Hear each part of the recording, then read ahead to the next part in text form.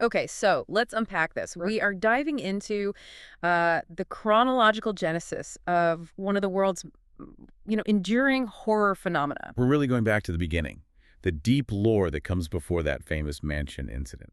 We are talking Resident Evil Zero. This is the critical prequel, and our source material shows exactly why. I Yeah. mean, if you want a shortcut to understanding why S.T.A.R.S. Team Alpha even ended up at the Spencer Mansion, You have to start here. you have to start here. July 23, 1998.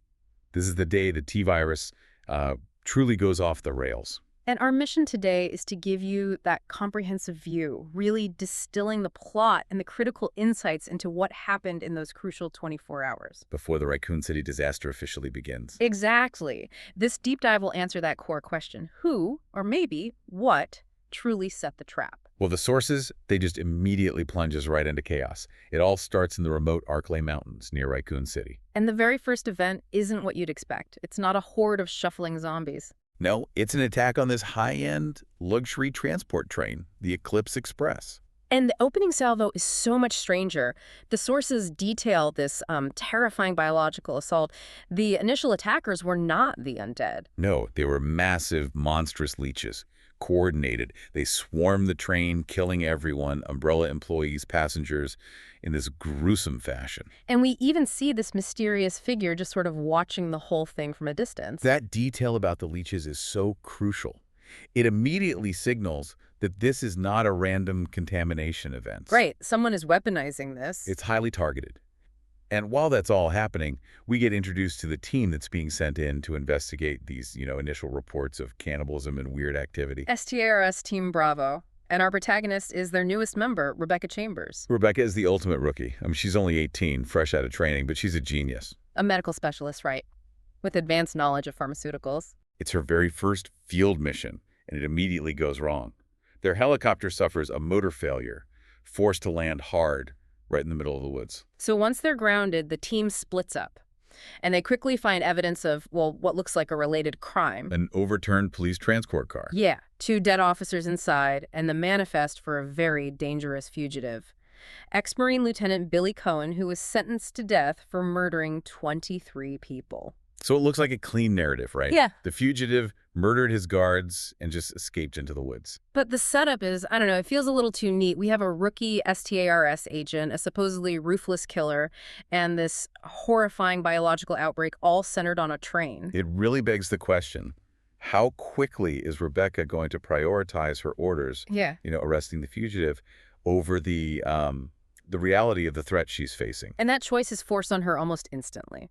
Rebecca, investigating alone, finds the Ecliptic Express, and it's already a charnel house. It's a complete nightmare. She runs into another Team Bravo member, Edward Dewey, who crashes through a window, badly wounded, and he's warning her about zombies and monsters. Before being dragged away and killed by infected dogs, the threat is just escalating exponentially. Then she finds him, Billy Coen.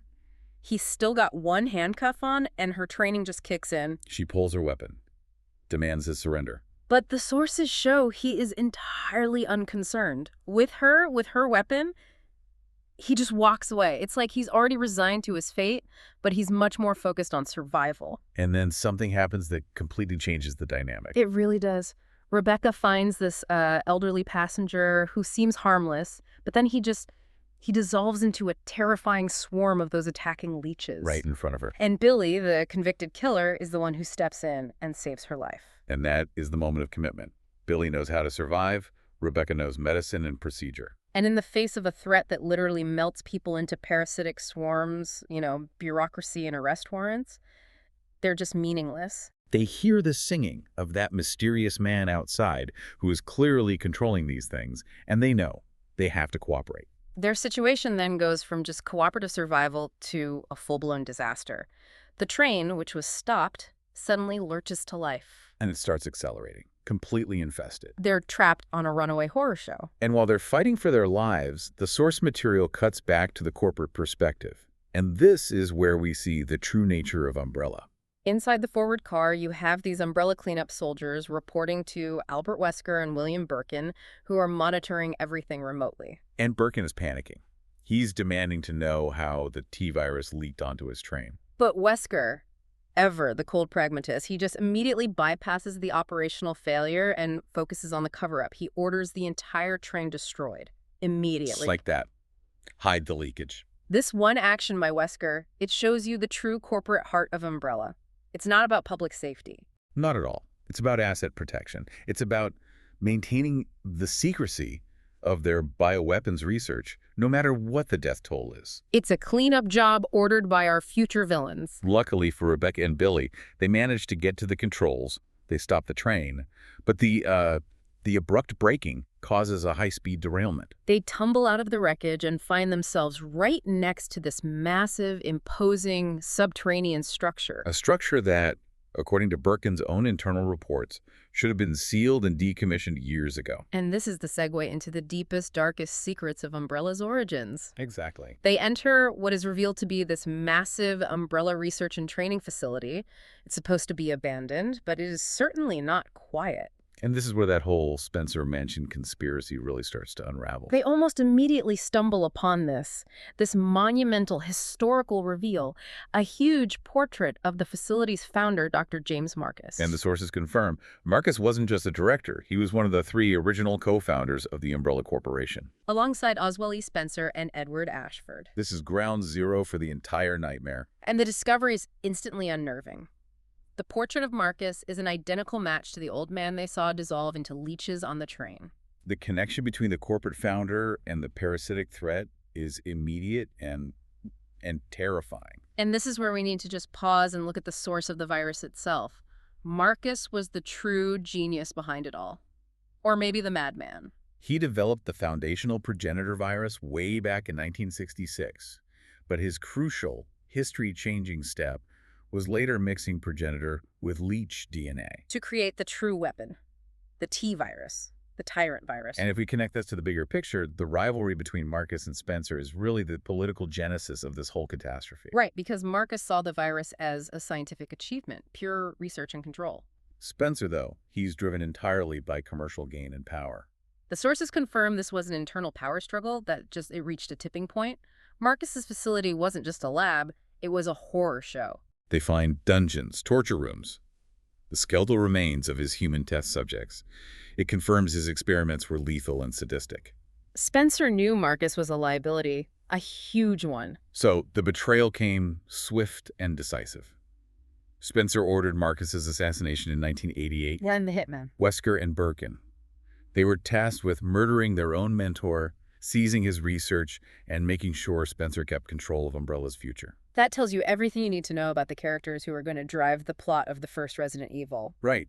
Wesker and Birkin, who seem like high-ranking scientists, are revealed to be corporate hitmen who literally stabbed their boss in the back 10 years before this. And this original corporate sin is what unleashed the current threat. The mysterious figure mimicking Marcus broadcasts his message across the facility. He confirms the leak was intentional. He unleashed the T-virus on the mansion and the train to get his vengeance against the corporation that betrayed and killed him. But the real tragedy of this deep dive happens when we shift focus back to Rebecca. She's found by Enrico, the leader of Team Bravo, who tells her to abandon the hunt for Billy Coen. The supposed killer. And head to the nearby Spencer Mansion, where the rest of the team is gathering. And here is her huge foundational choice. She lies to her superior officer. She claims she hasn't found Billy. She solidifies her trust in this fugitive over her own chain of command. A monumental decision for a rookie. Why did she make that choice? Because she had finally heard the truth. She confronted Billy about those 23 murders.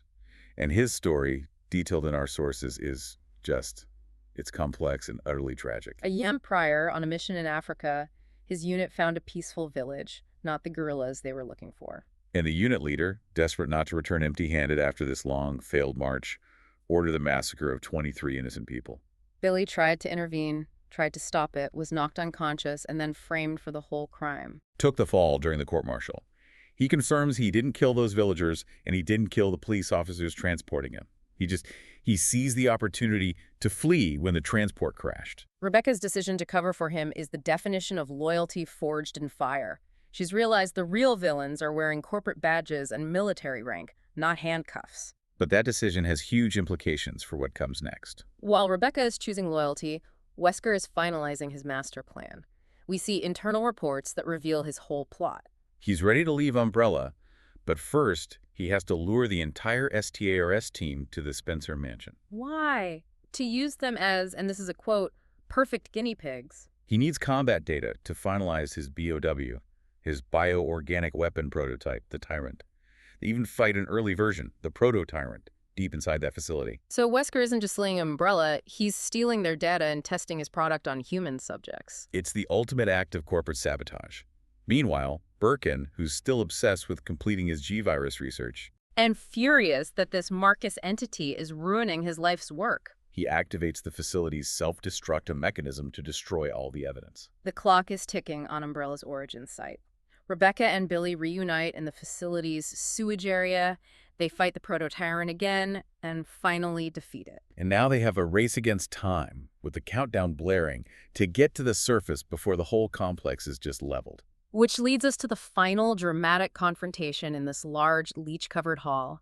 They finally face the mysterious figure. Who transforms, confirming he is indeed the embodiment of James Marcus. But the source material reveals a really disturbing truth.